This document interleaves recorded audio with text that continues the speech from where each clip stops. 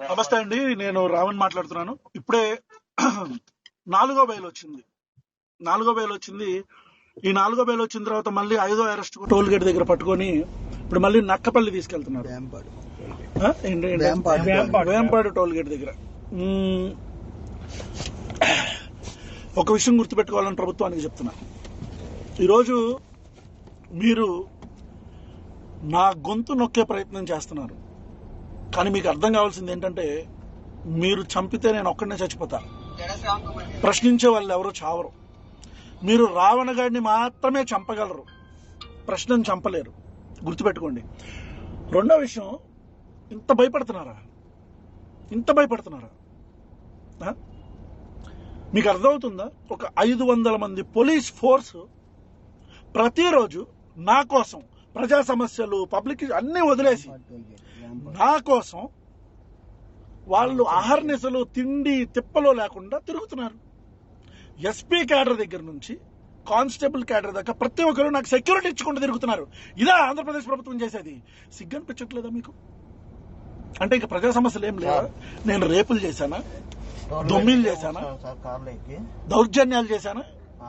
పవన్ కళ్యాణ్ అనే వ్యక్తిని ప్రశ్నించడం మాత్రమే నేను చేసిన తప్పు. ఈ రోజుకి 4 రోజుల నుంచి నేను భోజనం చేయట్లా, నీళ్లు కూడా ఈ రోజుకి 4 రోజుల నుంచి నేను అన్నం తినట్లా, మంచినీళ్ళు కూడా తాగట్లా. ఈ రాష్ట్ర ప్రభుత్వానికి చెప్తున్నా, మీరు చంపేస్తే పోలీస్ స్టేషన్లో చంపేయండి నన్ను. మళ్ళీ చెప్తున్నా, మీరు నన్ను చంపేస్తే పోలీస్ స్టేషన్లోనే నా పేక పిసికో, గాదే సాయి కృష్ణ హత్య జరిగింది కదా, అట్లానో ఎట్లా నన్ను చంపేయండి. అంతేగాని మొత్తం వ్యవస్థని ఒక్క మనిషి కోసం ఇబ్బంది పెట్టి నా గొంతు నొక్కితేనో నన్ను చంపితేనో ఈ ప్రశ్న లాగుతాయి అనుకుంటే అది మీ పిచ్చి పొరపాటు. ఈరోజు ఎక్కడికి వెళ్తే అక్కడ, అంటే ఈ రోజు బెయిల్ వస్తే ఇమీడియట్ గా ఒక కేసు, రేపు బెయిల్ వస్తే మళ్ళీ ఒక కేసు. 4 బెయిల్లు ఈ రాష్ట్ర చరిత్రలో. 4 బెయిల్లు 4 రోజుల్లో వచ్చిన మళ్ళీ 5వ రోజు అరెస్ట్ అయిన ఎవడన్నా ఉన్నాడా? Organised crimes. జనసేన పార్టీ నియోజకవర్గాల్లోనే నేను వెళ్ళటం, అక్కడికి ఆర్గనైజ్డ్ గా గుండాలు రావటం, నా మీదకి దాడి చేయడానికి ప్రయత్నించటం, పోలీసులు పాపం అహోరాత్రులు లక్ష్మణ అనుకుంటూ నా చుట్టుపక్కల తిరగటం. ఈ ఆర్గనైజ్డ్ క్రైమ్ అంతా ఎవరు చేస్తున్నారు తెలీదా? అంటే చంపుదాం అనుకుంటున్నారు.